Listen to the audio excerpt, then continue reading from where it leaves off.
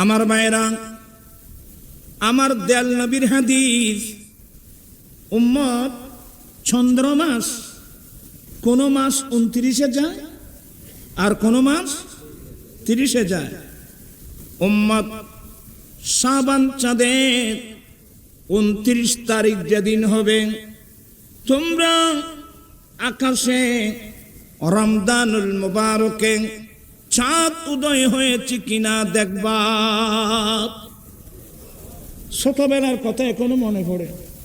আমরা ছোটরা এই 8, 9, 10 বছরের ছেলে আসরের নামাজের পর থেকে পরেই সবাই কেউ ঘরে ছাদের উপর উঠতাম, কে গাছের উপর উঠতাম, খার আগে কে রমজান শরীফের চাঁদ দেখে। একটা প্রতিযোগিতা ছিল। এই মোহাব্বত কিন্তু, কথা বলছেন না কেন, এই মোহাব্বত এখন কিন্তু আমি এটা নিয়ে অনেক গবেষণা করেছি।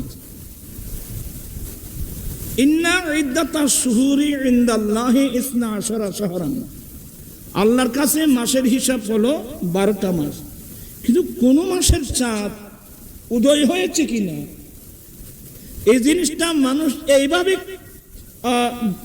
দেখেন নাই যেভাবে রমজান শরীফের মাস দেখছেন। কারণ একটা কারণ হলো রমজানুল মুবারকের মাস এমন একটা মাস যে মাসের চাঁদ উদয় হওয়ার সাথে সাথে 7 আসমানের দরওয়াজা, 8 জান্নাতের দরওয়াজা, সমস্ত রহমতের দরওয়াজা একসাথে খুলে দেওয়া হয়।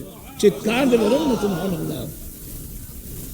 ইজা দাখালা রমাদান ফুতিহাত আবওয়াবুস সামা, পুনরায় আসমানের দরওয়াজা খুলে দেওয়া হয়, রহমতের দরওয়াজা খুলে দেওয়া হয়, জান্নাতের দরওয়াজাগুলো একসাথে খুলে দেওয়া হয়।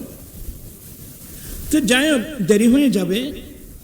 বলতে চাচ্ছিলাম, গিলানের মানুষ